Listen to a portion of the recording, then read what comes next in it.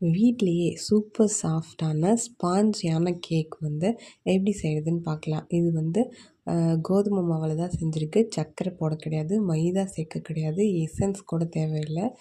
வந்து இதுக்கு baking powder கூட போட தேவையில்லை. வீட்டில் இருக்க பொருளை வச்சு ஹெல்த்தியாக க்ரீமும் சேர்த்து எப்படி செய்கிறதுன்னு பார்க்கலாம். அதுக்கு ஃபர்ஸ்ட் வந்து 1 கப் வந்து கோதுமை மாவு எடுத்துக்கலாம். இதுக்கு அரை கப் வந்து நாட்டு சர்க்கரை வந்து பர்ஃபெக்டாக இருக்கும். ஸோ எடுத்துக்கலாம். இதுக்கு ஒரு 2 டேபிள் ஸ்பூன் வந்து ஆப்ப சோடா, இட்லி சோடா இருக்கு இல்லையா அது. 1/4 கப் வந்து உருக்குன நெய் சேர்த்துக்கலாம். கூடவே கேரட் வந்து ஒரு அரை கப் வந்து இது கூட ஆட் பண்ணிக்கலாம். அரை கப் வந்து தேங்காய் துருவல் வந்து அரை கப் வந்து சேர்த்துக்கலாம். வாழைப்பழம் நல்லா பழுத்த பழமாக இருந்தால் ஒரு 4, 5 எடுத்துக்கோங்க. அதை நல்லா மசிச்சுட்டு ஒரு 1/4 கப் அளவுக்கு இந்த வாழைப்பழத்தை நம்ம இதில் ஆட் பண்ணிக்கலாம்.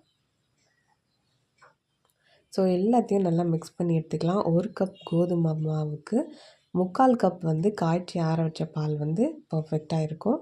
நான் வந்து அந்த பாலை கொஞ்சம் கொஞ்சமாக ஊற்றி நல்லா மிக்ஸ் பண்ணி எடுத்துக்கிறேன். ரொம்ப கெட்டியமாகவும் இருந்துடக்கூடாது, ரொம்ப தண்ணியாகவும் ஊற்றிடக்கூடாது. தண்ணி அதிகமாக இருந்ததுன்னா கேக் பேக் பண்ணுறதுக்கு நிறைய டைம் எடுத்துக்கும். கொஞ்சம் ரொம்ப திக்காக இருந்ததுன்னா கேக் வந்து கரெக்டாக ஈவனாக வராது. நமக்கு பதம் வந்து இந்த அளவுக்கு இருக்கணும். எடுத்து விட்டோம் அப்படின்னா இந்த மாதிரி விழுகணும். இதுதான் நமக்கு பதம். இதை மட்டும் செக் பண்ணிக்கோங்க.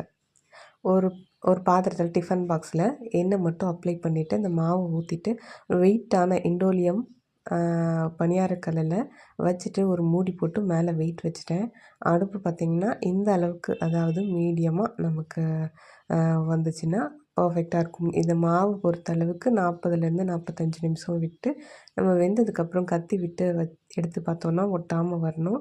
இப்போ வந்து ஒரு நிலக்கடலை, பொட்டுக்கடலை, 2 ஏலக்காய், கொஞ்சம் நாட்டு சர்க்கரை, கொஞ்சம் தண்ணி மிக்ஸ் பண்ணி இந்த மாதிரி பர்ஃபெக்டான ஒரு க்ரீம் வந்து ஹெல்த்தியான க்ரீம் வந்து ரெடி பண்ணி எடுத்துக்கலாம். இப்போ வந்து கேக் வந்து நம்ம கட் பண்ணிடலாம். கட் பண்ணிவிட்டு பார்த்தோன்னா பாருங்கள் எவ்வளோ சாஃப்டாக இருக்குதுன்னு உங்களுக்கே தெரியும்.